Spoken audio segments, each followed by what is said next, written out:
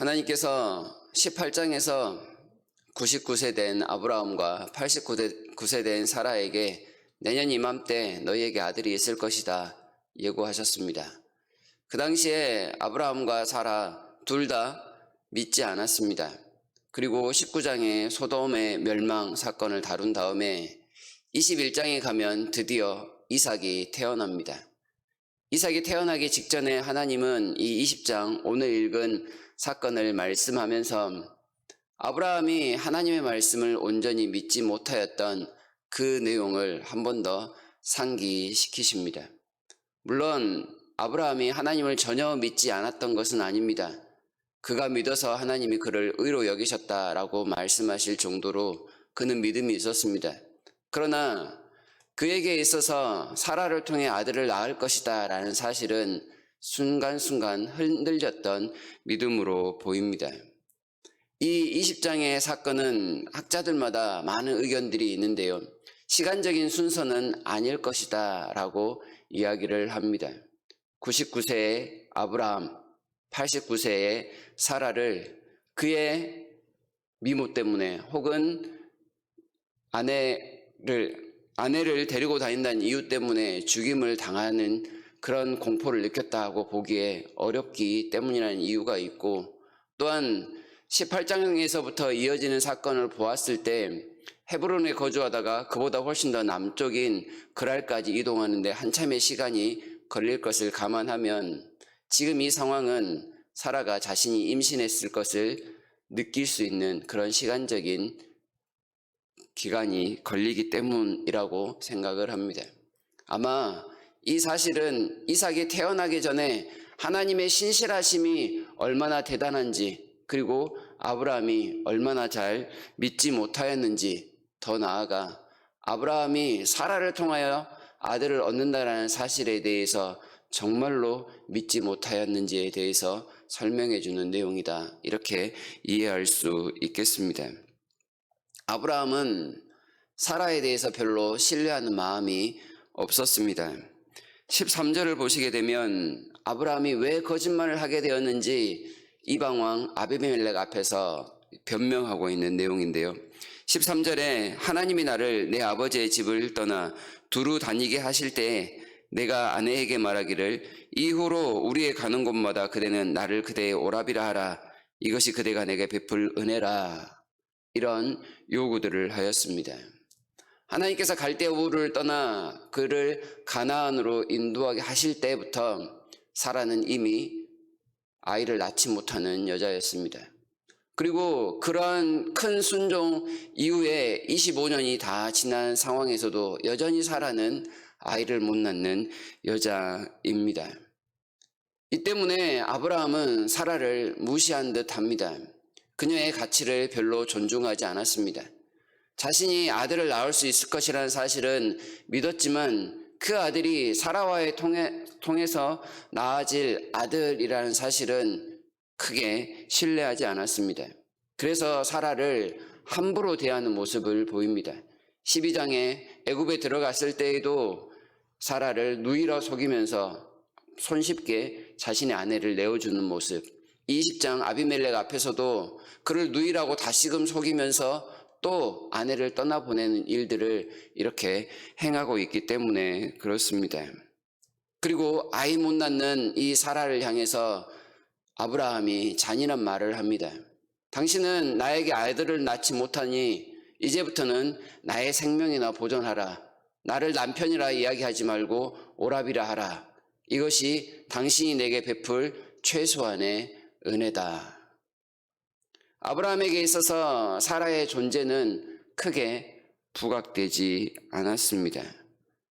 그러면서 아브라함은 이 말 속에 하나님을 원망하는 말까지 드러내고 있습니다.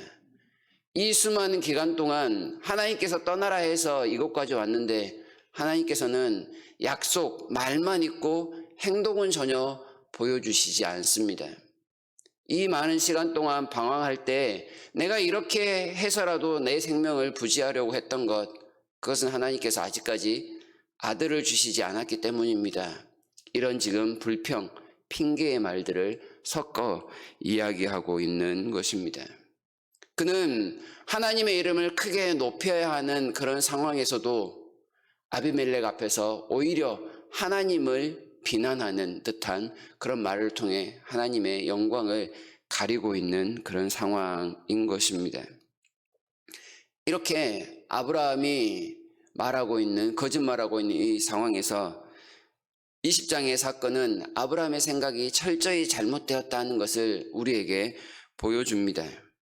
일단 아브라함이 이렇게 거짓말한 이유를 11절을 보시게 되면 이 땅은 하나님을 두려워함이 없으니 내가 아내 때문에 죽을까 두려워했다라고 평가를 합니다. 그러나 실상 아비멜렉은 하나님을 두려워하는 모습을 보입니다. 그리고 오히려 아브라함을 선대합니다. 더 나아가 남편에게 무시당하고 있는 이 사라를 위해 그의 수치를 씻어주기 위하여 은 1000개까지 지불하였다라는 표현을 16절에서 나타냅니다. 더 나아가 자신에게 거짓말한 아브라함에게 내 땅이 열려 있으니 네가 원하는 곳 어디든지 가서 거주하라라는 자비까지 베풉니다. 철저하게 거짓말하면서 자신의 안위만을 추구하는 아브라함보다 오히려 이 아비멜렉이 훨씬 더 하나님을 두려워하는 의로운 모습을 보이는 것처럼 보입니다. 아브라함의 생각이 잘못되었다라는 뜻입니다. 또한 하나님께서는 이 아브라함의 잘못에 대해서 즉각적으로 움직이시는 모습을 보입니다.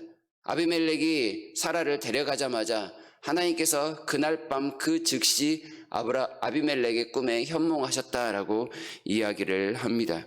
4절부터 6절까지 아비멜렉이 실수하지 않도록, 잘못을 저지르지 않도록 하나님의 민첩한 행동을 지금 강조하고 있고, 아비멜렉은 자신의 결백을 주장하며 하나님 역시도 네 결백이 맞다 이렇게 인정하시는 모습을 보입니다.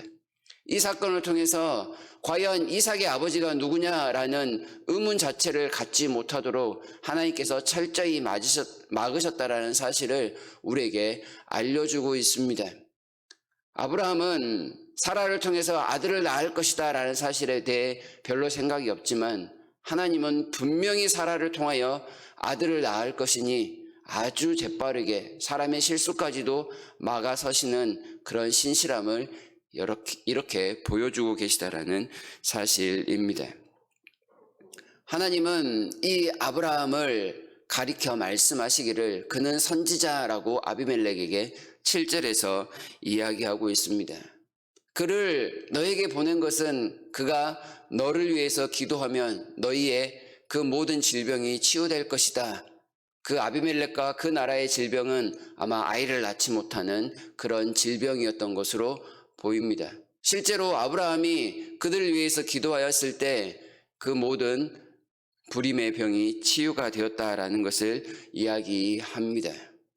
곧 아브라함은 하나님과 세상 사이에 서 있는 중보자여야 된다는 것을 말씀합니다. 그런데 그런 중보자가 거짓말을 통해서 세상에 복이 아닌 저주를 끼칠 수 있음을 나타내며 그러한 아브라함이 믿음이 없었음을 또한 함께 이야기하고 있는 것이지요. 아브라함이 분명히 선지자였고 하나님께서 그의 기도를 들으신다면 아브라함 개인의 일 역시 왜 하나님께서 듣지 아니하시겠느냐라고 이렇게 아브라함 개인에게 또 한편으로 말씀하고 있습니다. 자신의 기도가 이미 소돔에서 응답되었음을 그가 알고 있을 것입니다. 그렇다면 그의 기도의 내용, 하나님의 약속의 말씀을 믿고 기도하는 그 내용을 하나님께서 당연히 들으실 것인데 아브라함이 이 일에 있어서 믿음의 소홀함을 보였다. 이걸 하나님은 지금 말씀하고자 하시는 것이지요. 이 20장의 사건을 통해서 하나님은 분명하게 말씀하십니다. 하나님이 말씀하신 내용은 반드시 이루어진다라는 사실입니다. 하나님의 신실하심입니다. 아브라함의 불신 속에서도 하나님은 분명히 이루시고 그 일을 나타내신다 약속해주고 계십니다. 하나님께서 우리의 생명을 주관하고 계시기 때문에 그렇습니다. 하나님의 말씀은 분명히 살아있어 그에 합당한 열매를 맺게 하실 것입니다. 우리의 불의함을 치유하시고 또한 물리치시면서까지 말입니다. 그러니 우리는 하나님 앞에서 핑계대지 말아야 합니다. 13절에서 아브라함이 이야기하고 있는 것처럼 하나님의 말씀을 통하여 우리가 이 거룩한 삶을 시작하였다면 그것이 우리의 뜻대로 이루어지지 않는다고 하나님 때문입니다 라고 할 수 없다는 말입니다. 우리가 어려움을 당하는 것은 참지 못하고 하나님의 때를 기다리지 못하기 때문이지 하나님 때문에 될 수 없습니다. 모든 것이 다 우리의 정욕 때문이라고 야고보서가 이야기하고 있는 것처럼 우리에게 잘못이 있음을 알아야 할 것입니다. 오늘 우리가 하루를 살아가면서 이 아브라함이 했던 일들을 생각하고 또한 이러한 오류에 빠지지 않도록 하나님께 기도해야 하겠습니다. 하나님은 여전히 신실하십니다. 우리의 불신앙에도 불구하고 하나님의 뜻을 나타내실 것이니 하나님께 모든 것을 맡길 수 있는 그 믿음을 주시도록 기도해야 하겠습니다. 하나님께서 오늘도 우리의 삶을 복되게 하실 것을 기대하며 여전히 살아계신 하나님 앞에 믿음으로 담대히 나아가는 우리 모두가 되기를 진심으로 바랍니다.